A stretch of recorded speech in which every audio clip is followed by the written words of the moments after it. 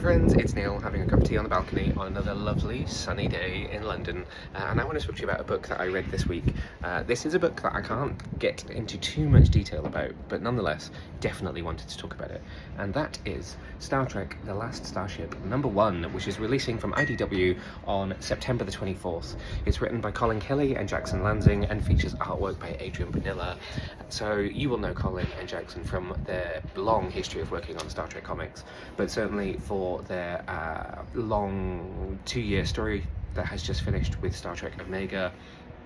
This is their first Trek book after that long continuity has kind of come to an end, and it's a story which is set post-burn, so the Federation is basically in ruins after all of the events that were depicted in Discovery from when they jumped into the 32nd century. But it also features Captain Kirk.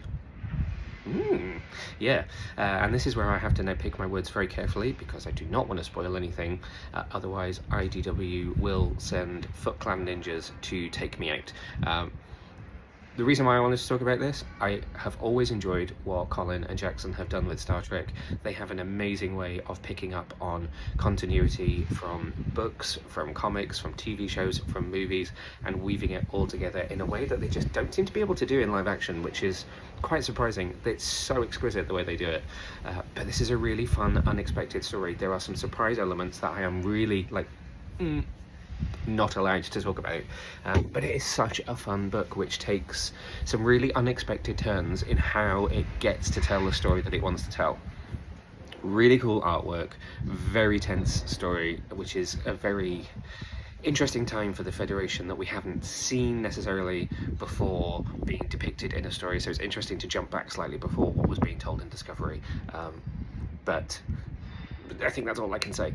It's great, the art is great, very well written, very exciting, can't wait to see more of it. The pre-order deadline is August the 18th, so get your orders in now if you want to pick up a physical copy of issue 1 when it arrives in stores on September the 24th.